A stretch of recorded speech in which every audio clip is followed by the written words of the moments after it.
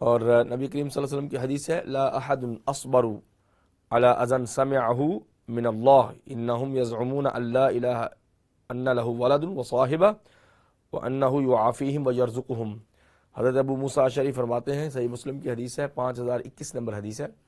کہ نبی کریم صلی اللہ علیہ وسلم نے فرمایا اللہ سے بڑھ کے صبر والا کوئی بھی نہیں ہے، کیونکہ اللہ کا نام صبور بھی ہے، سب سے زیادہ صبر کرنے والا۔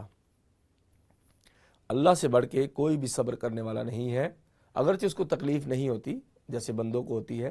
اور اگرچہ وہ مغلوب نہیں ہوتا اور اس کے جذبات ایسے نہیں جیسے ہمارے ہوتے ہیں، وہ اللہ تعالیٰ پاک ہے ان چیزوں سے، مگر وہ صبر کرتا ہے، روک کے رکھتا ہے اپنے آپ کو۔ اگر وہ غصے میں نعوذ باللہ بے قابو ہو جائے تو ساری کائنات درہم برہم ہو جائے۔ اللہ کو بھی غصہ آتا ہے لیکن ہماری طرح کنٹرول سے باہر نہیں ہوتا، اللہ تعالیٰ کا غصہ اس کی شان کے مطابق ہے۔ فرمایا کہ اللہ سے زیادہ صبر کرنے والا کوئی نہیں۔ لوگ کہتے ہیں کہ اللہ کا بیٹا ہے اور اس کی بیوی ہے، نعوذ باللہ، اور یہ بہت بڑی بات ہے، لیکن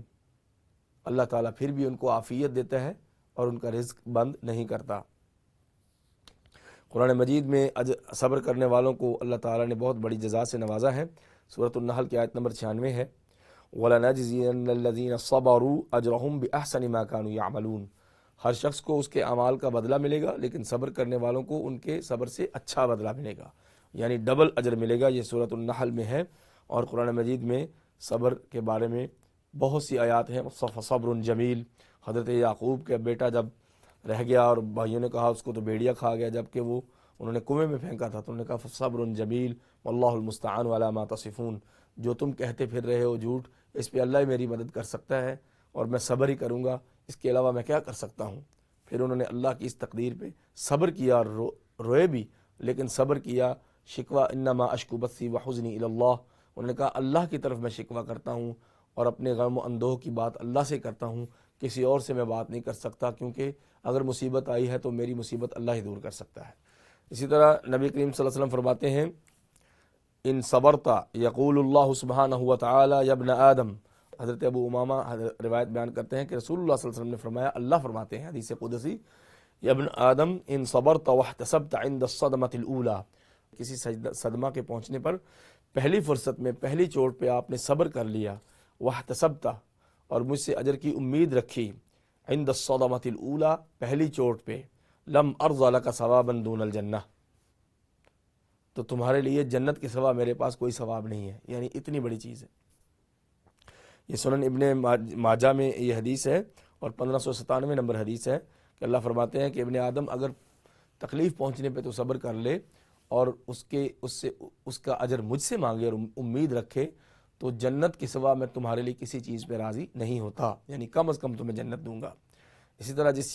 شخص کی بینائی چلی جائے تو یہ بہت بڑی مصیبت اور صبر آزما سلسلہ ہے۔ حضرت انس ابن مالک رضی اللہ عنہ فرماتے ہیں کہ سمعت النبی صلی اللہ علیہ وسلم یقول اللہ عز وجل، کہ میں نے سنا ایک دفعہ رسول اللہ صلی اللہ علیہ وسلم فرما رہے تھے کہ اللہ تعالیٰ فرماتے ہیں اذا ابتلیت عبدی بحبیبتیہ فصبر عوضتہ منہما الجنہ، یعنی دونوں آنکھیں، اگر کسی شخص کی میں دونوں پیاری چیزیں چھین لوں، یعنی دونوں آنکھیں،